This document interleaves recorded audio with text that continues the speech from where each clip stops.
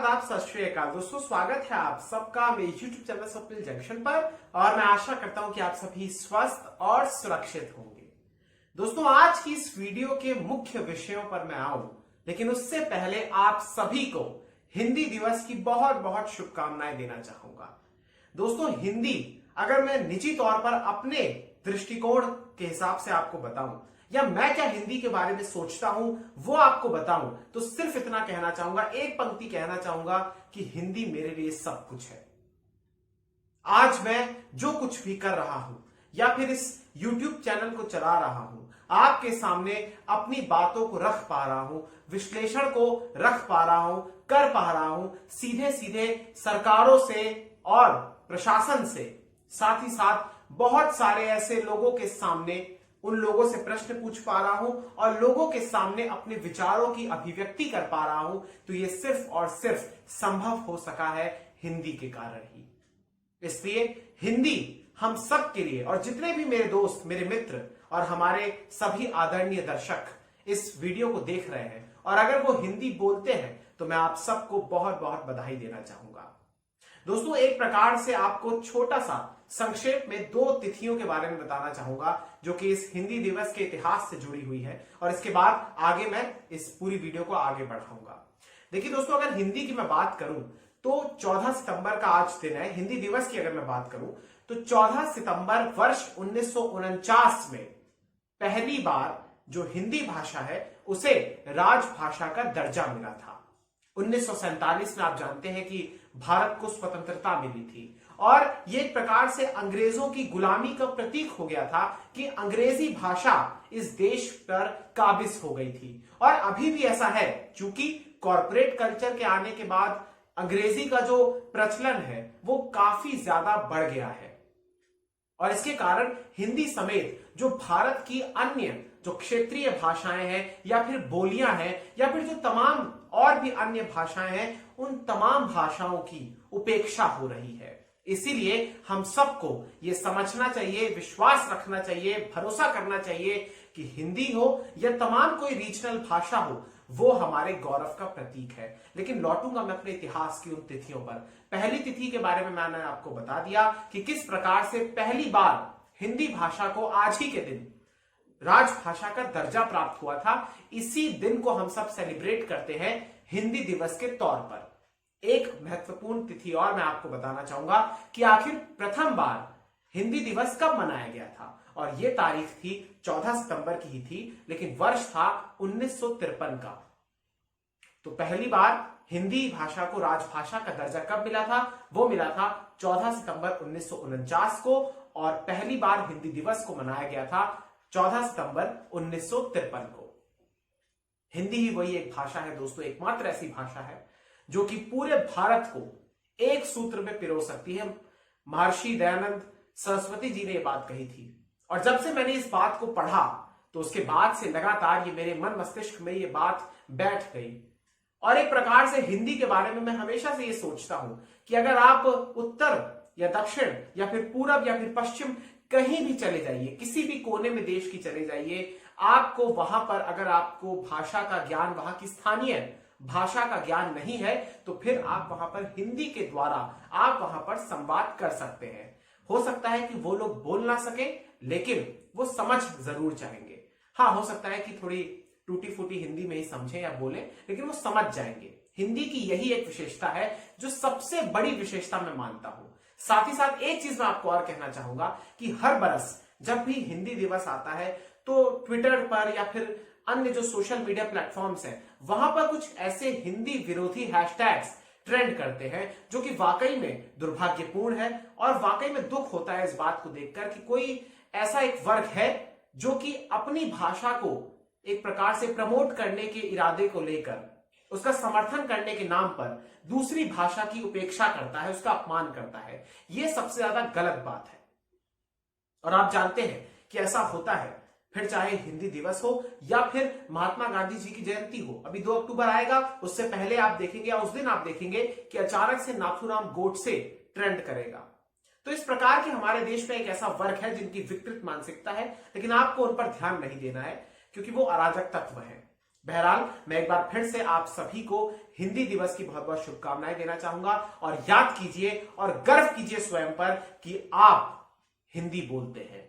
आप इस देश के किसी भी कोने में हो, किसी भी हिस्से में हो, आपको अपनी भाषा पर गर्व करना है। आज हिंदी दिवस है, एक बार फिर से मैं आपको शुभकामनाएं देना चाहूंगा। तो गुरु, खूब हिंदी बोलिए और किसी को फोर्स मत कीजिए, किसी पर भी दबाव नहीं बनाइए कि आप हिंदी बोलिए, बल्कि आप उसे हिंदी का इतिहास बताइए, हिंदी के विशेषताओं के बारे में बताइए और फिर स्वयं उसको निर्णय लेने दीजिए वो क्या सोचता है और क्या बोलता है।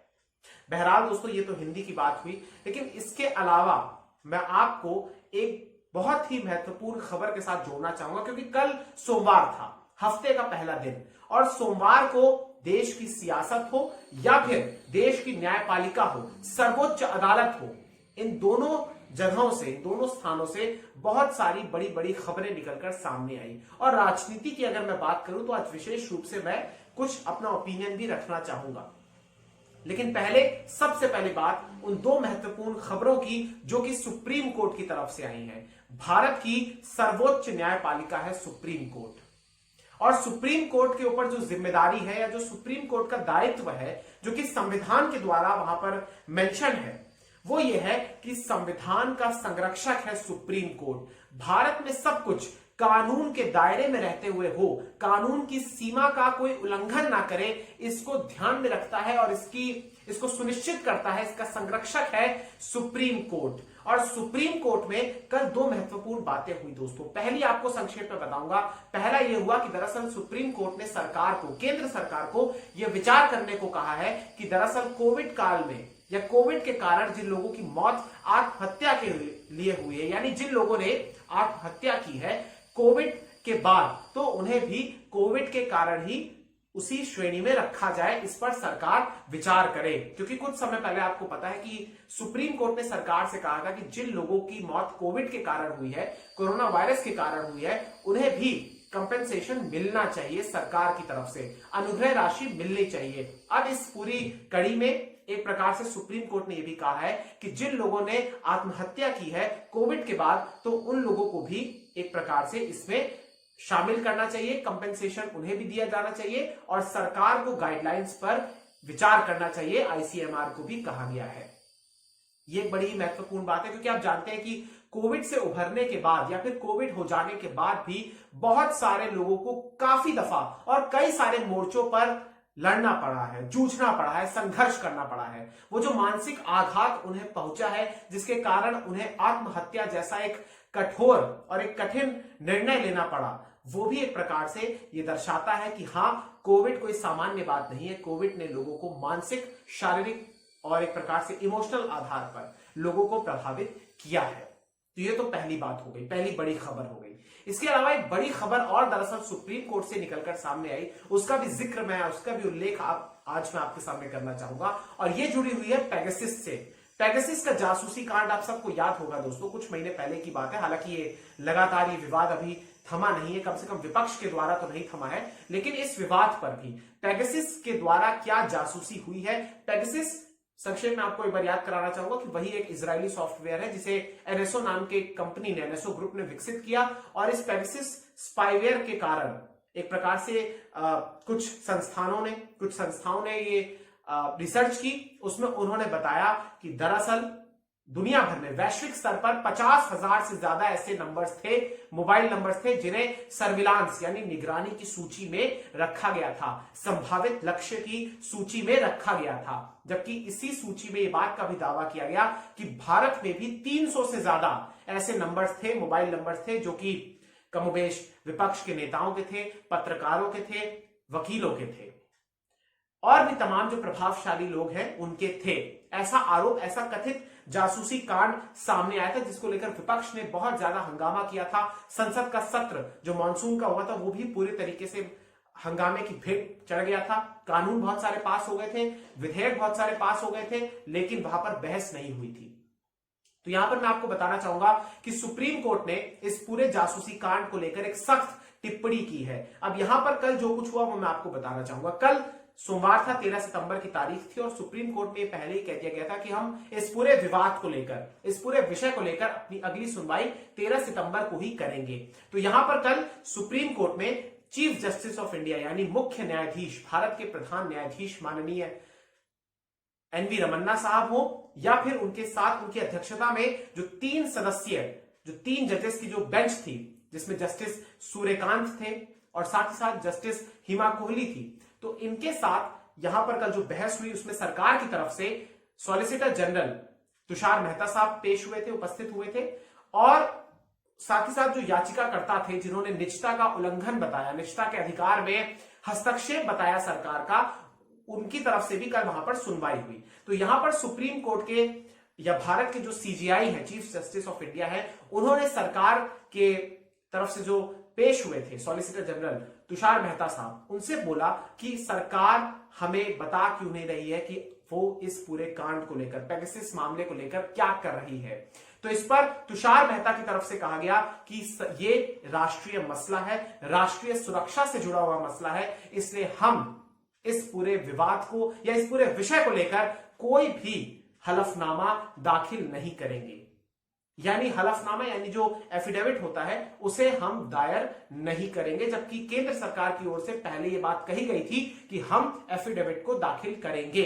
अब इस पर दरअसल एक बात और कही गई कि उन्होंने ये कहा कि हम सार्वजनिक नहीं करेंगे। यहां पर जो चीफ जस्टिस है वो भी काफी ज्यादा नाराज हुए और इसके साथ साथ जो वहां पर जस्टिस सूर्यकांत थे उन्होंने ये बात कही, उन्होंने जो टिप्पणी की, उन्होंने कहा कि हमें राष्ट्रीय सुरक्षा से जुड़े हुए विषयों पर हमें उनसे कोई लेना देना नहीं है और हम उसकी संवेदनशीलता को समझते हैं, लेकिन हमारे पास ऐसी शिकायतें आ रही हैं कि लोगों की जो निजता है उसके अधिकारों का उल्लंघन हो रहा है। ऐसे में हम सिर्फ इतना जानना चाहते हैं एफिडेविट के माध्यम से कि क्या सरकार ने एक प्रकार से कानून के दायरे के बाहर जाते हुए या कानून के जो नियम है या कानून के अंतर्गत ना रहते हुए, बल्कि कुछ ऐसे जो चीजें परमिसिबल बाय द लॉ नहीं है, अंडर द लॉ नहीं है, उनके बाहर जाते हुए क्या कुछ ऐसे मेथड्स, क्या कुछ ऐसे उपकरणों का इस्तेमाल करते हुए या फिर ऐसे विदेशी सॉफ्टवेयर्स का इस्तेमाल करते हुए आपने जासूसी कराई है, हम सिर्फ इतना जानना चाहते हैं।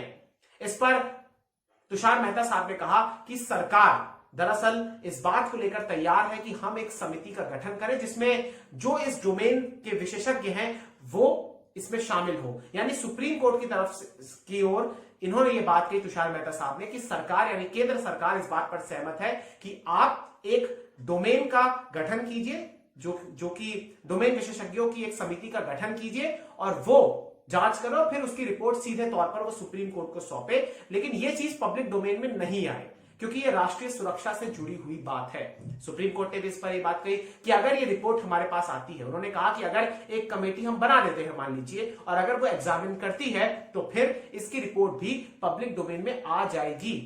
तो ये पूरा का पूरा विवाद हुआ, कल बहस हुई। सुप्रीम कोर्ट ने लास्ट में जो बात कही वो बड़ी महत्वपूर्ण है। सुप्रीम कोर्ट ने दरअसल ये बात कही कि हम अपने फैसले को सुरक्षित रख रहे हैं, सरकार का अगर मन बदले एफिडेविट को दाखिल करने के इरादे से तो फिर हम इस पर विचार कर सकते हैं और सरकार इस पर अपना एफिडेविट को दाखिल कर सकती है और हम इंटरिम ऑर्डर पास करेंगे, हम अपने फैसले को सुरक्षित रखेंगे। 2-3 दिन में यह फैसला सुप्रीम कोर्ट क्या लेता है वो आपको पता चल जाएगा, इसकी घोषणा हो जाएगी। बहरहाल हो सकता है कि सुप्रीम कोर्ट एक कमेटी का गठन कर दे, हो सकता है तकनीकी विशेषज्ञ जो कि डोमेन स्पेशलिस्ट हो उनकी समिति का गठन कर दे, वहां पर ये सारी जांच हो, या फिर कोई एसआईटी की जांच हो। सुप्रीम कोर्ट पर जो याचिकाएं भी दायर की गई थी उन याचिकाकर्ताओं की, उन पेटिशनर्स की भी ये मांग थी कि या तो आप एसआईटी का गठन कर दीजिए या फिर आप इसकी न्यायिक जांच करा लीजिए, जुडिशियल इंक्वायरी करा लीजिए। तो ये तमाम बातें कल हुई हैं सुप्रीम कोर्ट में। अब केंद्र सरकार की तरफ से यह बात कही गई है कि हम हलफनामे को सार्वजनिक नहीं करेंगे क्योंकि ये राष्ट्रीय सुरक्षा से जुड़ा हुआ मसला है। बहरहाल मैं सिर्फ इतना कहना चाहूंगा, इस पर कपिल सिब्बल जो कि वकील है विपक्ष के, तो फिर यहां पे विपक्ष आप ये मत समझिएगा कि सरकार के जो राजनीतिक तौर पर जो विपक्ष होते हैं वो नहीं, वो जो याचिका करता है उनके है। तो उनकी तरफ से बात कही गई कि सरकार को निजता का, जो लोगों की निजता है उसका संरक्षण करना चाहिए, उस अधिकार का संरक्षण करना चाहिए, लोगों को सुरक्षा प्रदान करनी चाहिए निजता के, प्रिवेसी के आधार पर भी। तो सरकार को ये अपनी बात रखनी चाहिए, सरकार इस बात से बच नहीं सकती कि भाई हम कोई हलफनामा दाखिल नहीं करेंगे। तो बहरहाल मेरा ऐसा मानना है कि चूंकि जो एनएसओ है, जो पेगासस है, उनका कहना है कि हम विश्वसनीय सरकारी सूत्रों या फिर सरकारी एजेंसियों को ही इस पेगासस सॉफ्टवेयर को देते हैं, बेचते हैं। तो यहां पर यह स्पष्ट हो जाता है कि केंद्र सरकार ने इसको खरीदा तो है। और केंद्र सरकार जब पहले कह रही थी कि हम एफिडेविट को दाखिल करेंगे और अब अचानक से कह रही है कि हम नहीं करेंगे, राष्ट्रीय सुरक्षा से जुड़ा मामला है, एग्री, देश की सुरक्षा से जुड़े जो भी मसले हैं उन चीजों को पब्लिक डोमेन में नहीं आना चाहिए। लेकिन कम से कम आप सुप्रीम कोर्ट में ये बात रख तो सकते हैं, आप सुप्रीम कोर्ट को ये बता तो सकते हैं कि क्या आपने खरीदा है या नहीं खरीदा है। फिर आप उन लोगों के नाम तो रखिए जिनकी आपने कराई है। आप आतंकियों की, आपको कोई नहीं कह रहा कि आप आतंकियों की या फिर जो इस प्रकार के लोग होते हैं जो कि नेशनल सिक्योरिटी के लिए खतरा होते हैं, उनकी आप चीजों को सार्वजनिक कीजिए कि आपने क्या किया है भाई, क्योंकि वो भी सचेत हो जाएंगे। हर चीज का एक सॉफ्टवेयर डेवलप हो सकता है, एक चीज अगर आपको पकड़ रही है तो उसका एंटी भी आप डेवलप कर सकते हैं। लेकिन एटलीस्ट आप सुप्रीम कोर्ट को यह तो बताइए कि क्या आपने किसी राजनेता की, क्या आपने किसी पत्रकार की, क्या आपने किसी लॉयर की या किसी अन्य सामाजिक कार्यकर्ता की, क्या आपने जासूसी करवाई है कि नहीं। हालांकि उम्मीद कम है, लेकिन अब सुप्रीम कोर्ट को यह डिसीजन लेना है कि क्या वो कमेटी बनाती है, क्या वो निर्णय पास करती है। न्यायपालिका पर ही इस देश की जनता का विश्वास कायम है। इस समय एकमात्र ऐसा स्तंभ बचा है। अंत में मैं इस बात को यही कहना चाहूंगा। उम्मीद करते हैं और देखते हैं कि आगे क्या फैसला आता है। इसके अलावा कुछ और प्रमुख बातों का जिक्र मैं करना चाहूंगा। ये तो हो गई हमारे न्याय प्रणाली से और न्याय तंत्र से जुड़ी हुई बातें, लेकिन अब मैं आपको बताना चाहूंगा इस देश की राजनीति के बारे में। लेकिन उससे पहले रेफरेंस लूंगा एक ऐसी घटनाओं का, ऐसी खबरों का जो कि वाकई में जिसे सुनने के बाद किसी का भी दिल दहल जाएगा और किसी की भी पीड़ा की अनुभूति होगी।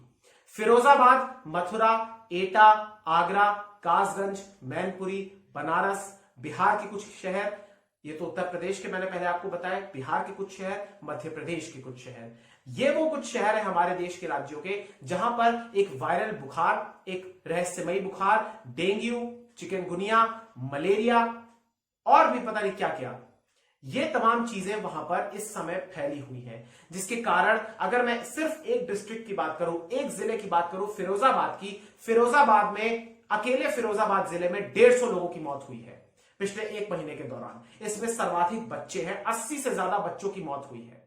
यह अभी तक कोई पता नहीं लगा पा रहा है कि रहस्यमयी बुखार क्या है। हालांकि कहीं कहीं पर इस बात को कहा गया कि यह डेंगू ही है। तो यहां पर सवाल यह बनता है कि हमारी जो स्वास्थ्य व्यवस्था है, जो बदहाल है, जो तीमारदार, जो मरीज के परिजन दर दर भटक रहे हैं, जो लोग बड़े बड़े अधिकारी हैं, डॉक्टर से उनके हाथ पैर जोड़ रहे हैं इस उम्मीद में कि हमारे बच्चे को एक शैया मिल जाए, बच्चे को एक बिस्तर मिल जाए, यह दुखद है। विकास सिर्फ इतना नहीं होता है कि आपने कितने सारे मॉल्स बनाए, आपने कितने सारे हाईवे बनाए, आपने कितने सारी सड़कें बनाई। विकास सही मायनों में यह होता है कि आपने कितना ज्यादा निवेश किया शिक्षा पर, उस देश के निवासियों के स्वास्थ्य पर। आज इस देश के कई सारे ऐसे जिले हैं उत्तर प्रदेश में जहां पर चुनाव होने वाला है, नेता, हर दल के नेता, चाहे मुख्यमंत्री हो या फिर मुख्य विपक्षी नेता हो, हर व्यक्ति, हर नेता सिर्फ चुनाव प्रचार में ही लिप्त है। चाहे मुख्यमंत्री साहब अब्बाजान वाला बयान दे या फिर समाजवादी पार्टी वाले कहे कि 22 में बाईसाइकिल, हर कोई सिर्फ राजनीति कर रहा है और उसकी आड़ में जो देश और जो राज्य के भीतर जो समस्या है उसे ढकने का कोशिश कर रहा है। फिरोजाबाद में मैंने इतनी सारी वीडियोस देखी जो वायरल है, आप सभी पढ़ सकते हैं, देख सकते हैं, हम उन खबरों को आप देख सकते हैं, मीडिया रिपोर्ट्स को आप देख सकते हैं, जहां पर यह बात लिखी है कि एक एक बिस्तर पर 3-4 बच्चों को लिटाया गया है। जो वहां का शैया, जो अस्पताल है, 100 शैयों का जो मेडिकल कॉलेज है वहां पर फिरोजाबाद में, उसमें 400 से ज्यादा मरीज हैं। 100 बिस्तर है, 400 से ज्यादा मरीज वहां पर भर्ती हैं। यानी क्या दर्शाता है कि इस देश में स्वतंत्रता के 70 वर्षों के बाद, 74 वर्षों के बाद भी प्रिसाइसली अगर मैं कहूं, तो यहां पर इस देश में अभी भी हम नागरिकों को एक एक बेड भी मुहैया नहीं करा सकते। इस देश में माँ बाप अपने बच्चों को, अपने लाल को अपने हाथ पर लेकर जा रहे हैं अस्पताल में, डॉक्टर के सामने गिड़गिड़ा रहे हैं, जो अधिकारी हैं उनके सामने गिड़गिड़ा रहे हैं कि हमारे बच्चे को बिस्तर मिल जाए, हमारे बच्चे को इलाज मिल जाए, नहीं तो ये बच्चा नहीं जीवित बचेगा। शरीर उसका तप रहा है और यहां पर उसकी मौत हो जाती है।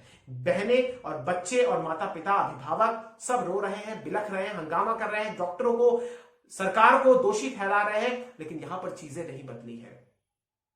आपको एक चीज दिखेगी इसमें कॉमन, की प्रशासन की तरफ से यह दावा किया जा रहा है कि सब हालात ठीक हैं, कंट्रोल में है। आप प्रशासन की अगर आप देखेंगे बयान, तो वो तो ये कह रहे हैं कि मान लीजिए 100 लोग अगर आए तो हमने 80 लोगों को डिस्चार्ज कर दिया, ऑक्सीजन की कोई कमी नहीं है, दवाइयों की कोई कमी नहीं है, हम तैयार हैं। वो फिर जो मीडिया रिपोर्ट्स जो दिखा रही हैं, जो सोशल मीडिया पर जो अलग अलग वीडियोस वायरल हो, क्या वो सब झूठ है? शर्म आनी चाहिए इस देश के और इस प्रदेश के उन नेताओं को जो चाहे शीर्ष पद पर तैनात हो या किसी भी पद पर तैनात हो। आपको राजनीति करनी है, आप राजनीति कीजिए, लेकिन कम से कम किसी की संवेदनाओं के साथ खिलवाड़ तो मत कीजिए। आज की डेट में अब्बाजान और उनका जो विज्ञापन एक आया जिसमें कलकत्ता का एक फ्लाईओवर आ गया, या फिर आज की भाई समाजवादी पार्टी शामिल होगी, या उसमें कौन शामिल हो रहा है, बीएसपी कौन सा प्रबुद्ध सम्मेलन कर रही है, सपा क्या कर रही है, कांग्रेस क्या कर रही है, ओवैसी क्या कर रहा है, ये सब मायने नहीं रखता उन लोगों को जिनका बच्चा इस देश से, इस दुनिया से चला गया। हालात उस इलाके में, उत्तर प्रदेश के जिन शहरों के मैंने नाम लिए और कुछ शहरों के नाम मैंने अगर भूल भी गया तो भी मैं माफी चाहूंगा, इसमें लखनऊ कानपुर भी शामिल है जो कि विकसित शहर है, यहां पर हालात बहुत गंभीर हैं। फिरोजाबाद का जिक्र इसलिए मैं कर रहा हूं कि ये सबसे ज्यादा प्रभावित है। 12,000 से ज्यादा लोग डेंगू से प्रभावित हुए हैं यहां पर और 150 के करीब लोगों की मौत हो चुकी है। ये बात याद रखनी चाहिए। सरकार इस बात को लगातार कहती है कि हमने सफाई अभियान छेड़ रखा है, हमने लोगों को जागरूक कर रखा है, लेकिन ये सब चीजें धरातल पर आकर फेल हो जाती है। गंदगी का अवमार है। सफाई हुई है तो आपको पता है क्या हुआ? एक विजुअल मैंने देखा कि गंदगी को नाली के किनारे रख दिया गया है, यानी नाली में से निकालकर उसे सड़क के किनारे पर रख दिया गया है। यह स्थिति इस देश की है। एक भी नेता, एक भी ऐसा जिलाधिकारी या एक भी ऐसा प्रशासनिक अधिकारी, सरकारी मुलाजिम, अगर, मैं खुला चैलेंज देता हूं कि आप उस अस्पताल में जाकर इलाज करवाएंगे अपने बच्चों का, भगवान ना करे लेकिन अगर आपके बच्चों को ऐसा हो जाता है तो फिर हर बार इस देश में गरीब का बच्चा ही क्यों तड़पता है? क्यों उसके ये अधिकारों का उल्लंघन होता है? वाकई में दुख होता है, बहुत दुख होता है। सिर्फ राजनीति यहां पर चरम पर है। इसके अलावा एक राजनीति का जिक्र और मैं करना चाहूंगा। पंजाब के मुख्यमंत्री कैप्टन अमरिंदर सिंह, अमरिंदर सिंह दरअसल एक गांव में कल थे जो कि होशियारपुर जिले में है, और उस गांव में एक सरकारी कॉलेज की एक भवन का उसमें नींव पत्थर रखने वो गए थे। वहां पर उन्होंने एक बड़ा ही अजीबोगरीब बयान दिया। हालांकि बयान अजीबोगरीब नहीं है, लेकिन उनके चरित्र को देखते हुए, उनके व्यक्तित्व को देखते हुए ये बयान अजीबोगरीब साउंड करता है। पंजाब के मुख्यमंत्री कैप्टन अमरिंदर सिंह ने यहां पर कहा कि जो किसान यहां पर 113 जगह पंजाब के भीतर आंदोलन कर रहे हैं वो पंजाब से बाहर निकले और दिल्ली और हरियाणा की सीमाओं पर करें, क्योंकि इससे पंजाब राज्य को काफी ज्यादा आर्थिक तौर पर नुकसान झेलना पड़ रहा है। तो यहां पर अमरिंदर सिंह साहब को मैं इतना कहना चाहूंगा कि साहब, पंजाब का ही आपने चिंता व्यक्त की है, आपको और राज्यों की भी चिंता व्यक्त करनी चाहिए कि अगर वो किसान हरियाणा जाएंगे या फिर वो दिल्ली के किनारे जाएंगे, जो कि कर भी रहे हैं, तो फिर उन राज्यों की भी अर्थव्यवस्था को भी प्रभावित करेंगे। ऐसे में ये बयान आपको शोभा नहीं देता और आप तो इसका समर्थन भी कर रहे थे। सोचिए कैप्टन साहब। हालांकि कैप्टन साहब की कुर्सी और जो पार्टी में अंतर कलह है वो भी इस बात को हो सकता है कि ये जो बौखलाहट है उसका कारण बनी हो। ममता बनर्जी, पश्चिम बंगाल लेकर चलता हूं दोस्तों आपको, पश्चिम से सीधा पूरब की तरफ लेकर चलना चाहूंगा। वहां पर पश्चिम बंगाल है। पश्चिम बंगाल में ममता बनर्जी भवानीपुर सीट से चुनाव लड़ने वाली हैं। आप जानते हैं कि वो पिछला चुनाव जो थी वो हार गई थी, जो कि शुभेंदु अधिकारी ने उनको हराया था नंदीग्राम से। उन्होंने दूसरी सीट जो है उनकी वो है भवानीपुर, और भवानीपुर पर वहां पर प्रियंका टिबरवाल, जो अन्य पार्टियां हैं कांग्रेस समेत, उन्होंने तो अपने कैंडिडेट्स नहीं उतारे, लेकिन बीजेपी ने प्रियंका टिबरवाल को उतारा है मैदान पर, और ममता बनर्जी मस्जिद के चक्कर लगा रही हैं और वो मंदिर के चक्कर लगा रही हैं। यानी एक प्रकार से आस्था का खुला खुला प्रदर्शन हो रहा है, जबकि आस्था एक व्यक्ति की निजता होती है। बहुत ही खुशनसीब इस देश के लोग हैं जो ये देख रहे हैं और जो ये भ्रमित हो जाते हैं कि अगर कोई नेता किसी धार्मिक स्थल का दौरा कर लेता है या फिर किसी कॉलेज का निर्माण या कॉलेज का नाम या विश्वविद्यालय का नाम या फिर किसी सड़क का नाम, चौक का नाम या किसी ऐसे प्रभावशाली नेता का नाम उसके नाम पर रख देता है या फिर किसी से मिल जाता है तो फिर वो उसके हित का है। ऐसा नहीं होता है। ये सिर्फ एक भरमाने का प्रयास होता है। अंत में लौटूंगा मैं गुजरात की तरफ। गुजरात में भूपेंद्र पटेल मुख्यमंत्री बन चुके हैं। उन्होंने शपथ ग्रहण कर ले ली है और उसके बाद उन्होंने फ्लड्स को लेकर जो वहां पर इस समय आई है, क्योंकि देश भर में इस समय कई ऐसे राज्य हैं जहां पर भारी वर्षा के कारण बहुत ज्यादा नुकसान हुआ है, जान और माल दोनों का। ऐसे में गुजरात में भी उन्होंने बैठक भी ली है। लेकिन यहां पर एक बात बड़ी महत्वपूर्ण है कि नितिन पटेल जो कि उप मुख्यमंत्री है, उनका दर्द छलका है। तो गुजरात में जो कुछ हुआ सबके लिए अप्रत्याशित था। कड़वा पटेल समुदाय से वो आते हैं और बीजेपी को कड़वा पटेल समुदाय यानी पाटीदार समुदाय का वोट चाहिए, क्योंकि उन्हें पिछली बार कम वोट मिले थे 2017 में। तो आगामी जो अगले बरस चुनाव होने वाले हैं उसे ध्यान में रखते हुए बीजेपी की यह मंशा है कि हमें कड़वा पटेल समुदाय का मिले वोट, जो अन्य पटेल समुदाय है उनका भी वोट मिले। हालांकि ये मैंने जो पहले ही कहा कि किसी नेता को आप किसी संवैधानिक पद पर इसीलिए जगह या सीधे स्थान देने, उनकी क्षमताओं को ध्यान में ना रखते हुए कि वो एक समुदाय विशेष से आते हैं, तो शायद मेरा ऐसा मानना है कि जनता इतनी मूर्ख नहीं है। जनता को ये समझना चाहिए कि कौन आपके साथ खेल कर रहा है और अपने विवेक पर ध्यान देना चाहिए। तो ये आज की वीडियो थी दोस्तों, लंबी हो गई, उम्मीद करता हूं आपको अच्छी लगी होगी। बहुत बहुत शुक्रिया, बहुत बहुत धन्यवाद। जय हिंद, जय भारत, वंदे मातरम, इंकलाब जिंदाबाद, सत्यमेव जयते। नमस्कार।